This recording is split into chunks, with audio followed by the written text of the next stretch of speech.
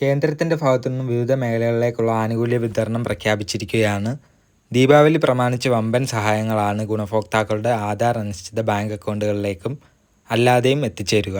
എല്ലാവിധ സർക്കാർ അറിയിപ്പുകൾക്കുമായി ഈ ചാനൽ ഇപ്പോൾ തന്നെ സബ്സ്ക്രൈബ് ചെയ്യുക. വ്യക്തിഗത ഇൻഷുറൻസിൽ GST ഉൾപ്പെടെയുള്ള കാര്യങ്ങൾ എടുത്തു മാറ്റിയതിന് തീരുമാനമായതിന് പിന്നാലെയാണ് വമ്പൻ പ്രഖ്യാപനം എത്തിയിരിക്കുന്നത്. രാജ്യമെമ്പാടുമുള്ള കർഷക ഗുണഭോക്താക്കൾക്ക് ആനുകൂല്യം ലഭ്യമാകുന്ന സാഹചര്യത്തിൽ കേരളത്തിൽ നിന്ന് ഉൾപ്പെടെയുള്ള 25 ലക്ഷത്തോളം വരുന്ന ആളുകളുടെ ആധാർ അധിഷ്ഠിത ബാങ്ക് അക്കൗണ്ടുകളിലേക്ക് പ്രധാനമന്ത്രി കിസാൻ സമ്മാൻ നിധി യോജനയുടെ 21ാം ഗഡുവായ 2000 രൂപ വിതരണം കൂടി ദീപാവലിയോടനുബന്ധിച്ച് ആരംഭിക്കുകയാണ്. കേന്ദ്ര സർക്കാരിൻ്റെ വിവിധ വായ്പകൾ, കാർഷിക സഹായങ്ങൾ, ഇതോടൊപ്പം തന്നെ PM കിസാൻ സമ്മാൻ നിധിയുടെ ഗഡുക്കൾ ഇവയെല്ലാം മുടങ്ങാതെ തന്നെ ലഭിക്കുന്നതിനായി ഗുണഭോക്താക്കൾ തൊട്ടടുത്തുള്ള കോമൺ സർവീസ് സെൻ്ററുകളെയോ അക്ഷയ കേന്ദ്രങ്ങളെയോ സമീപിച്ച് കർഷക ID എടുക്കണമെന്നുള്ള നിർദ്ദേശം കൂടി കേന്ദ്രത്തിൻ്റെ ഭാഗത്തു നിന്നും പുറത്തു വന്നിരിക്കുകയാണ്. ആധാറുമായി ബന്ധപ്പെടുത്തിയിട്ടുള്ള മൊബൈൽ നമ്പറും കർഷകൻ്റെ കൃഷിഭൂമി സംബന്ധിച്ചിട്ടുള്ള രേഖകളും കരമടച്ച രസീത് ഉൾപ്പെടെയുള്ള രേഖകളുമായി എത്തിയാണ് ID ജനറേറ്റ് ചെയ്യേണ്ടത്. കേന്ദ്ര പോർട്ടലിൻ്റെ തകരാറ് മൂലം കർഷക ID ജനറേറ്റ് ചെയ്യാൻ കഴിയാതെ പോയ ഗുണഭോക്താക്കൾക്കും അത് ജനറേറ്റ് ചെയ്യാവുന്നതാണ്. ഇത് സംബന്ധിച്ചുള്ള സുപ്രധാന പ്രഖ്യാപനങ്ങൾ ഉടൻ തന്നെ ഉണ്ടാകും. ഒക്ടോബർ മാസത്തിലെ കുടിശ്ശിക തീർത്ത് ഗുണഭോക്താക്കൾക്ക് വിതരണം ആരംഭിക്കുമെന്ന് നേരത്തെ തന്നെ റിപ്പോർട്ടുകൾ സൂചിപ്പിച്ചിരുന്നതാണ്. അതിന് പിന്നാലെയാണ് വീണ്ടും ഗുണഭോക്താക്കൾക്ക് സന്തോഷ വാർത്ത എത്തിയിരിക്കുന്നത്.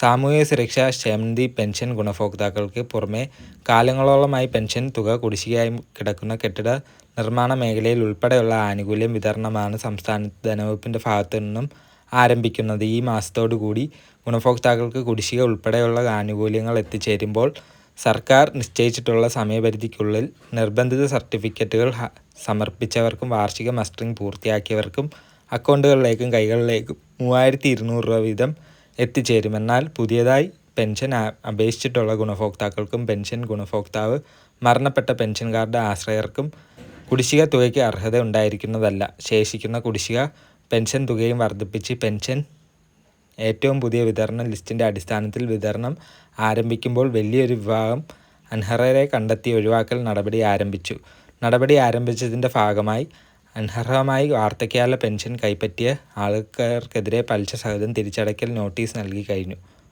ഇതോടൊപ്പം തന്നെ വിധവാ പെൻഷൻ കൈപ്പറ്റുന്നവരിൽ പലരും പുനർവിവാഹം ചെയ്തതായി കണ്ടെത്തിയിട്ടുണ്ട്. ഇതിനു പുറമെ ഗുണഭോക്താവ് മരണപ്പെട്ടിട്ടും അത് മറച്ചു വെച്ചുകൊണ്ട് ആശ്രിതർ പെൻഷൻ തുക കൈപ്പറ്റുന്നത് ശ്രദ്ധയിൽപ്പെട്ടിരിക്കുന്ന സാഹചര്യത്തിൽ ഇത്തരത്തിൽ അനർഹമായി കൈപ്പറ്റിയ പെൻഷൻ തുക പലിശയടക്കം തിരിച്ചു പിടിക്കുന്ന നടപടികളിലേക്കാണ് സംസ്ഥാന സർക്കാർ പോകുന്നത്. ഈ മാസത്തിൽ പെൻഷൻ വിതരണം സജീവമായി കൊണ്ടിരിക്കുന്നത്. സെപ്റ്റംബർ മാസത്തെയാണ് ക്ഷേമനിധി ബോർഡുകൾ വഴി സർക്കാർ സഹായത്തോടു കൂടി പെൻഷൻ വിതരണം ചെയ്യുന്ന വിവിധ മേഖലകളിലേക്കുള്ള ഗുണഭോക്താക്കളിൽ 7 ലക്ഷത്തോളം വരുന്ന ആളുകൾ പല ആളുകൾക്കും 1600 രൂപ വീതം എത്തിച്ചേരാത്തതായിട്ടുണ്ട്.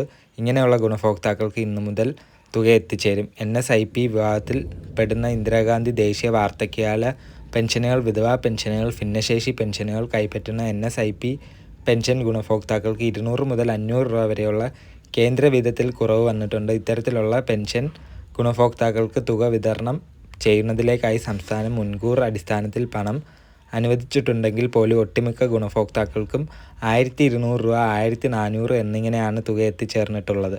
ഇങ്ങനെയുള്ള ആളുകളും വരും ദിവസങ്ങളിൽ തന്നെ വിതരണം പൂർത്തിയാക്കും. മസ്റ്ററിംഗ് ഉൾപ്പെടെയുള്ള സർക്കാർ മാനദണ്ഡങ്ങൾ വിജയകരമായി പൂർത്തിയാക്കിയ ഗുണഭോക്താക്കൾക്ക് വരാൻ പോകുന്ന തദ്ദേശ തെരഞ്ഞെടുപ്പുകൾ കൂടി കണക്കിലെടുത്തുകൊണ്ട് ഒക്ടോബർ മാസത്തോടു കൂടി കുടിശ്ശിക തീർത്ത് വിതരണം ആരംഭിക്കുമ്പോൾ ഓരോ ഗുണഭോക്താവിനും 3200 രൂപ വീതം എത്തിച്ചേരും. മറ്റൊരു കേന്ദ്ര സർക്കാർ ജീവനക്കാർക്കുള്ള ഏകകൃത്യ പെൻഷൻ പദ്ധതിയിൽ, അതായത് UPSൽ ചേരാൻ ഓപ്ഷൻ നൽകാനുള്ള സമയപരിധി നവംബർ 30 വരെ നീട്ടിയിട്ടുണ്ട്. സെപ്റ്റംബർ 30 വരെ ആയിരുന്നു നേരത്തെ നൽകിയിരുന്ന സമയം. ഏപ്രിൽ 1 മുതലാണ് പദ്ധതി നടപ്പാക്കിയത്.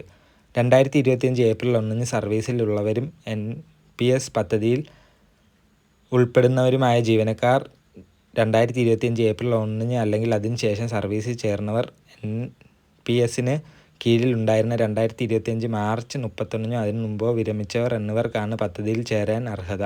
മറ്റൊരു സംസ്ഥാന സർക്കാർ സ്ഥാപനമായ സപ്ലൈകോയിൽ പൊതുവിപണിയെ അപേക്ഷിച്ച് ആവശ്യ സാധനങ്ങൾ വലിയ വിലക്കുറവ് പ്രഖ്യാപിച്ചു. അരി, പയർവർഗ്ഗങ്ങൾ, പഞ്ചസാര, വെളിച്ചെണ്ണ തുടങ്ങിയവ സബ്സിഡി നിരക്കിൽ ലഭിക്കുന്നതിനാൽ സാധാരണക്കാർക്ക് ഇത് വലിയ ആശ്വാസമാണ്. സബ്സിഡി നിരക്കിൽ സാധനങ്ങൾ വാങ്ങുന്നതിനായി ഉപഭോക്താക്കൾ റേഷൻ കാർഡ് കരുതേണ്ടതാണ്. അരി ഉൾപ്പെടെയുള്ള പ്രധാന പലവ്യഞ്ജന സാധനങ്ങൾ സപ്ലൈകോയിൽ വളരെ വിലയാണുള്ളത്. വെളിച്ചെണ്ണ വാങ്ങുമ്പോൾ 1/2 ലിറ്റർ സബ്സിഡി നിരക്കിലും ശേഷിക്കുന്ന 1/2 ലിറ്റർ പൊതുവിപണി നിരക്കിലുമാണ് ലഭിക്കുക. 1 ലിറ്റർ വെളിച്ചെണ്ണയുടെ ആകെ വില 319 രൂപയാണ്. പൊതുവിപണിയിൽ 466 രൂപ വിലയുള്ള വെളിച്ചെണ്ണയാണ് സപ്ലൈകോയിൽ വളരെ കുറഞ്ഞ വിലയ്ക്ക് ലഭ്യമാക്കിയിട്ടുള്ളത്. കൂടുതൽ സർക്കാരിൻ്റെ ഏറ്റവും പുതിയ അറിയിപ്പുകൾ അറിയാനും പെൻഷൻ അറിയിപ്പുകൾ അറിയാനും ഡേറ്റുകൾ അറിയാനുമായി ഈ ചാനൽ ഇപ്പോൾ തന്നെ സബ്സ്ക്രൈബ് ചെയ്യുക. കൂടാതെ ഇത് മറ്റുള്ളവരിലേക്കും ഷെയർ ചെയ്യുക. താങ്ക്